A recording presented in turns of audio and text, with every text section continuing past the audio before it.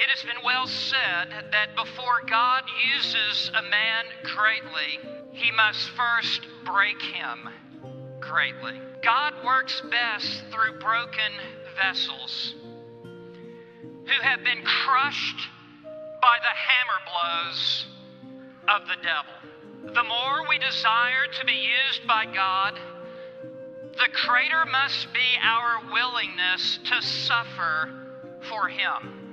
There are no easy paths in ministry. Every assignment is a killing place. All of this involves spiritual warfare. And the closer we draw to the front lines in ministry, the more we find ourselves in the crossfire between God and Satan. The taller we stand for the Lord, the more we stand out for the Lord, and the more we will draw the fire of the devil. It has always been this way. Prophets of the Old Testament were a battered band of preachers.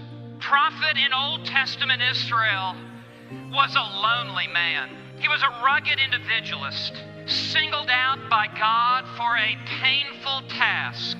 The record of the lives of the prophets reads like a history of martyrs. Their history sounds like a casualty report from the 3rd Division in World War II. The life expectancy of a prophet was that of a Marine sergeant in combat. The prophet's curse was solitude.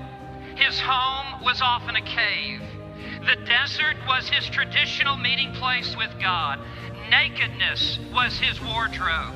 A wooden stock, his necktie. His songs were composed with tears. The more we advance to the front lines of ministry for the Lord Jesus Christ, the more we will find ourselves exposed and in a crushing place. It was so with the apostles, as 11 of the 12 reportedly died a martyr's death, and the other, John, served hard time on Patmos. The greatest preacher who ever walked this earth, the God-man, the Lord Jesus Christ, was despised and rejected, a man of sorrows and acquainted with grief. In the end, he was publicly crucified while only in his 30s, and it was a horrific death, a public execution by crucifixion. Jesus looked into the eyes of his disciples and said, "If the world hates you, since the world hates you, you know that it has hated me before it hated you. If you were of the world would love its own. But because you are not of the world, but I chose you out of the world, because of this, the world hates you. Remember the word that I said to you, a slave is not greater than his master. If they persecuted me, they will also persecute you." Jesus went on to say, "In this world you shall have tribulation." How wise of God it is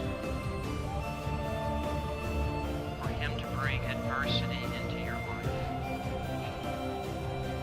Trials and storms and lightning flashes and dark nights of the soul and difficulty in ministry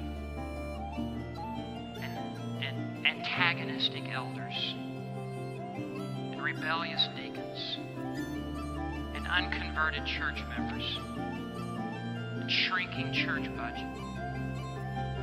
How wise of God to bring all of these storms of affliction so that you and I would be broken vessels, so that we would walk with a limp, so that we would identify with hurting people that we serve, so that we would be weaned off of this world, so that we would minister with an eternal perspective,